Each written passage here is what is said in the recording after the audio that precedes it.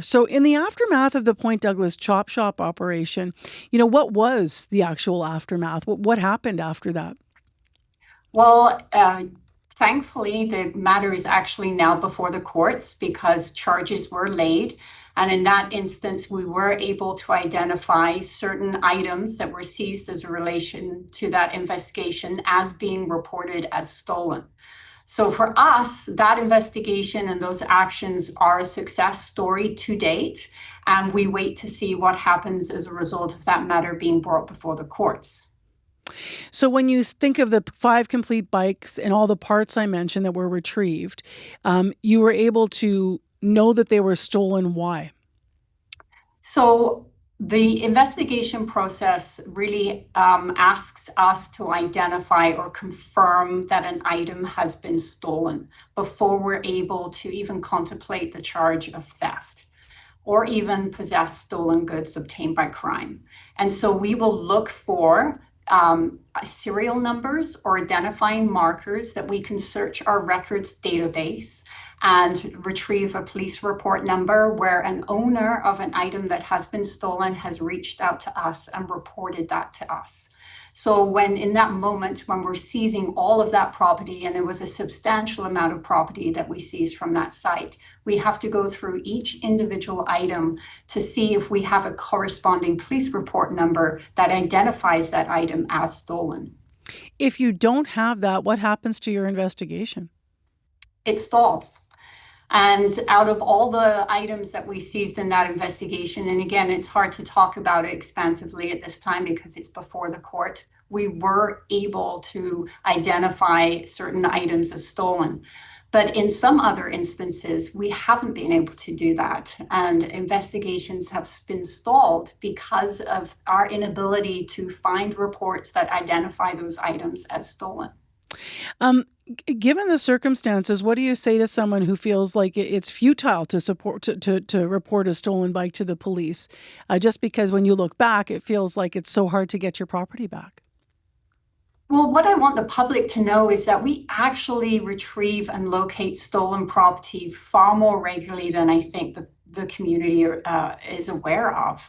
And we do that through these criminal investigations, whether it be search warrants or locating abandoned stolen property or a person in a possession of a stolen property committing another criminal offense.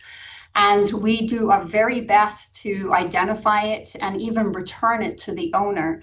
And what I want the public to realize is that, especially in the case of bicycles, it's more than just about the stolen item.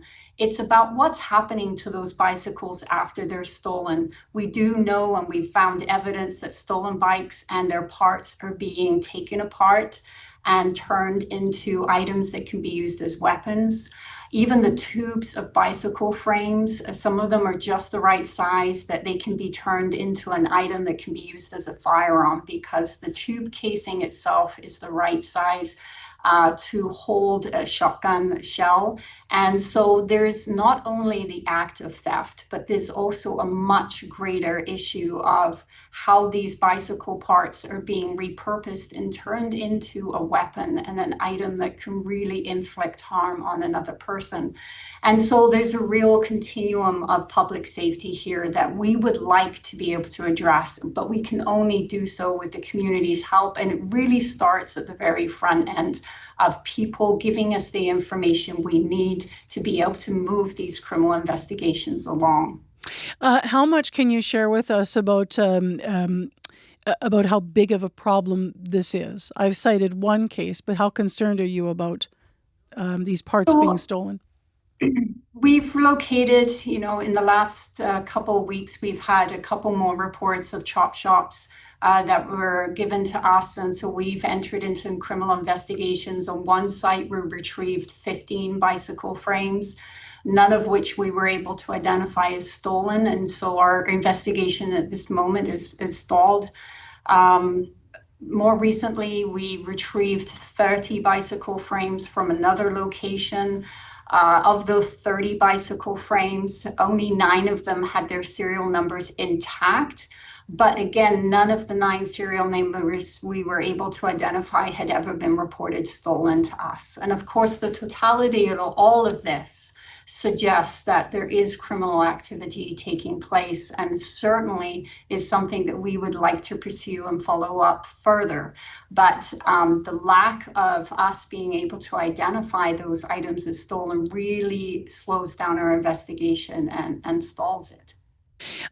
Given the experience of the police with the suspected bike chop shop in Point Douglas, how likely is it that you're going to go into other encampments, maybe, because this was attached to an encampment right around that area, and retrieve suspected stolen bikes and parts? I don't think it matters where the criminal act is taking place, whether it's on public property or somebody's private property. If something is reported to us in relation to criminal activity, we as police officers, we're going to investigate that. We're going to take the information that's given to us, and we're going to follow the trail of information to see where it leads us, and whether we get a search warrant, whether we're able to see something because it's been abandoned on public property, or whether we find it in the possession of someone that's committing another criminal act and we're able to identify that and lay additional charges. We are receiving those reports, and so it's highly likely, and again, just the number of bicycle frames and bicycle parts that we're finding distributed amongst, specifically downtown, which is the area that I'm in command of. It is highly likely that we want to engage and take these criminal investigations as far as we possibly can. Are you able to share with us, Inspector, the 2 other suspected chop shops that you mentioned, whether or not they are adjacent to or located around or in encampments? Well, what I will say is these are areas on public property. Um, we have had bikes stolen and a problem in our city for a long time. In your experience, though, the idea of, you're talking about the chop shop and even repurposing tubes into weapons and such, how new is that in our city? I can't really speak to that per se, how it's evolved over the year. But what I will say is I think we're seeing more and more of it.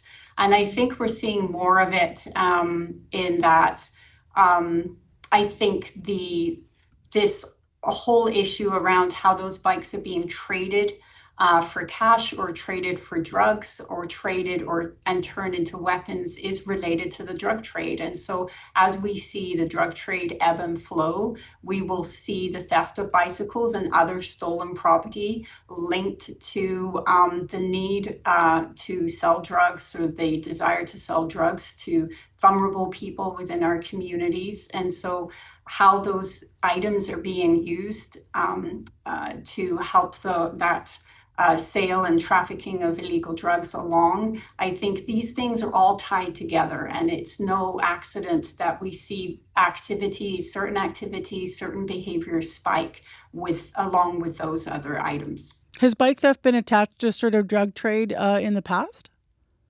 I think anytime any stolen property kind of ebbs and flows, we'll see it linked back to organized crime in some way, and I think it's an indicator of that. How prevalent it's been in the past, again, I can't speak to that, but all these things are always connected to each other. How can cyclists register their bike then? So we have, there is a public site, a public website where it's free to register your bike. It's called 529 Garage, and you can go on any website and just Google that, and a free registration form will come up. Anybody who's purchasing a bike through a specialist dealer, sometimes we find bicycles all fully in one piece, completely intact, and we'll locate that. And when we realize it might have been purchased through a specialized dealer, we'll actually reach out to that dealer if we can't find a report on it within our records.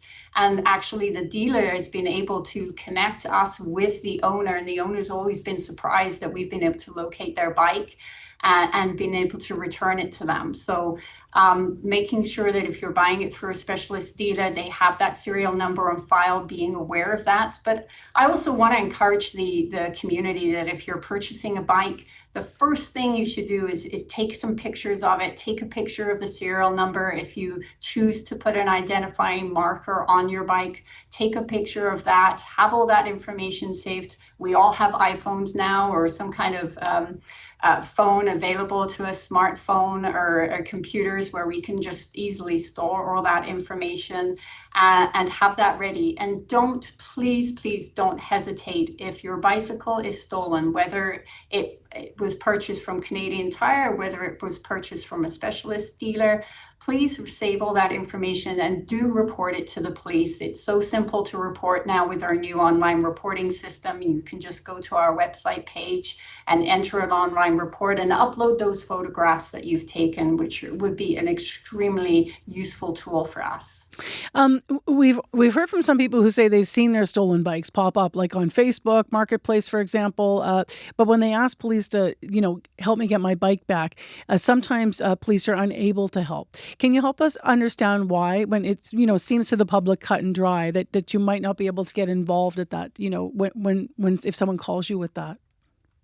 I can't speak to those individual instances that where people are reaching out in those cases, but I do know that the more information that we have, the better. And if we're able to respond in that moment, or if we have to follow up it later on as part of an investigative approach, we will do that. But never hesitate in calling us.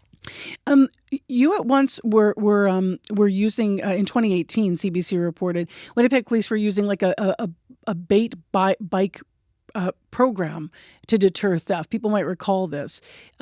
How are bait bikes used today? Is that still something that you have to fight against this? Bait bike is something that we consider as a tool, but the bait bike tool and the program really targets the people that are stealing the bikes. And what we know is those bikes are stolen very quickly and then traded. And that's where we see them end up within something that people are calling this chop shop type of environment, where bikes are being taken apart or repurposed, or they're exchanging parts on different bikes to make them look different, and then selling them on or trading them on for either cash or drugs. And what we're doing through the investigation into chop shops is really targeting the areas or the locations or the people that are accepting those bikes, knowing that they're likely stolen, and then retrading them or repurposing them. So bike baits target the people that might steal, but we actually want to get to the root cause. Who is accepting those bikes? Because that's what's really creating the industry around stolen bikes, and that's what we want to target. Anything you'd like to add about this? I don't think so. It really is an item and an issue that's concerning to the public at large. I do receive multiple reports. We take those reports from concerned citizens about what they see, areas that they think might be suspected chop shops. And so for us to really pursue those investigations, we really need the community's participation in this. Thank you very much, Inspector Helen Peters. Really appreciate your time. Thank you so much. Divisional Commander Inspector Helen Peters with the Winnipeg Police Service. That interview about bikes, we actually spoke on Friday, and you can register your bike for free, as mentioned, at project529.com. That's the numbers, project529.com. You can also report a stolen bike online through the Winnipeg Police website.